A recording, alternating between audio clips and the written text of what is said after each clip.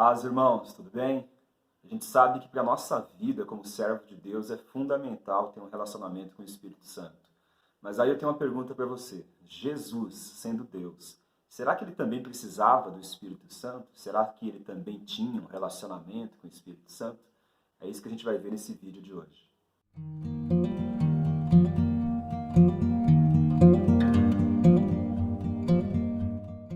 E por que que esse tema é tão importante? Jesus, ele é o nosso modelo, ele é o nosso alvo. A nossa meta principal de vida tem que ser nos parecermos cada vez mais com Jesus. Ser um discípulo de Jesus significa isso. Então é importante a gente entender o relacionamento que Jesus tinha com o Espírito Santo, para que isso seja base nas nossas vidas para o relacionamento que nós devemos construir com o Espírito Santo. Aí eu queria ir com você lá em Mateus, capítulo 1, no versículo 18, a palavra fala sobre o nascimento de Jesus. Foi assim o nascimento de Jesus Cristo. Maria, sua mãe, estava prometida em casamento a José, mas antes que se unissem, achou-se grávida pelo Espírito Santo. Então a gente vê que Jesus, ele foi gerado, ele foi concebido pelo Espírito Santo. De certa maneira, todo cristão é gerado pelo Espírito, porque se não for o Espírito Santo convencendo o pecador, do seu pecado, da justiça de Deus e do juízo, esse pecador ele não nasce com a vida nova, ele não é convencido dos seus pecados, ele não se arrepende e ele também não entrega a vida dele para Jesus. Então todo cristão, todo discípulo de Jesus é nascido pelo Espírito, de certa maneira. Mas além de nascer pelo Espírito, nós precisamos de mais. Olha o que a palavra diz lá em Mateus, capítulo 3, no versículo 11. Aí é João Batista falando sobre Jesus. Eu os batizo com água para arrependimento, mas depois de mim vem alguém mais poderoso do que eu, tanto que não sou digno nem de levar as suas sandálias. Ele os batizará com Espírito Santo e com fogo. Ele traz a pá em sua mão e limpará a sua eira, juntando seu trigo no celeiro, mas queimará a palha com fogo que nunca se apaga. A gente vê nesse texto aqui que um dos propósitos de Jesus vir à Terra é que ele iria batizar as pessoas com o Espírito Santo e com fogo. E esse é um termo, uma expressão que às vezes causa muita confusão no meio da igreja. Tem gente que diz que são duas experiências, Você tem o batismo com o Espírito Santo e você tem o batismo no fogo do Espírito Santo. Eu particularmente não vejo isso nesse texto. O que eu vejo aqui é João Batista falando para uma multidão de pessoas, gente que temia Deus e gente que não temia Deus. Ele estava pregando publicamente. E ele fala que Jesus ele traria duas coisas. Uma seria o batismo com o Espírito Santo. A outra seria o fogo.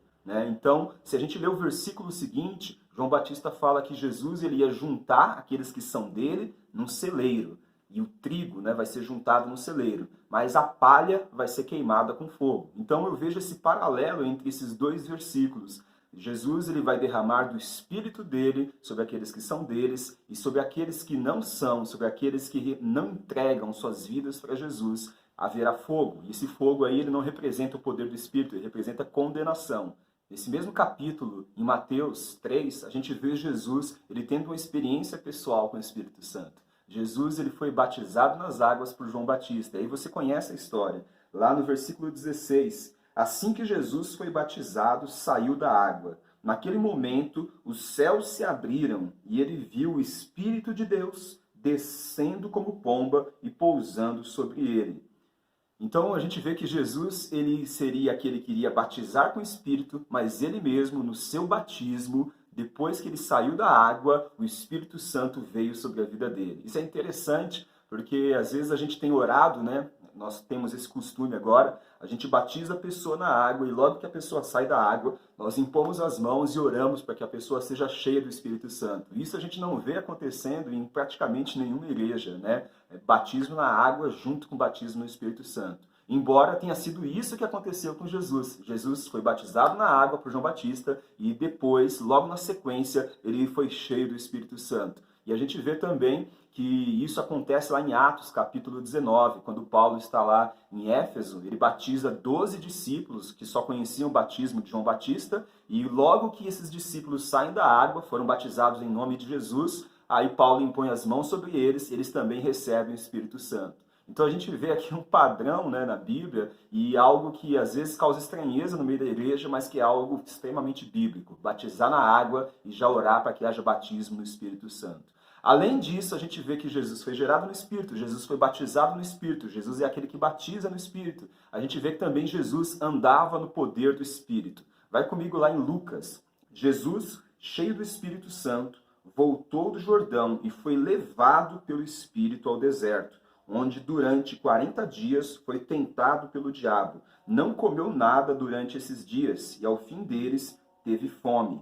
Então a gente vê aqui Jesus ele sendo guiado pelo Espírito, Jesus ele estava cheio do Espírito Santo. Lá em Lucas, capítulo 4, versículo 14, Jesus voltou para a Galileia no poder do Espírito.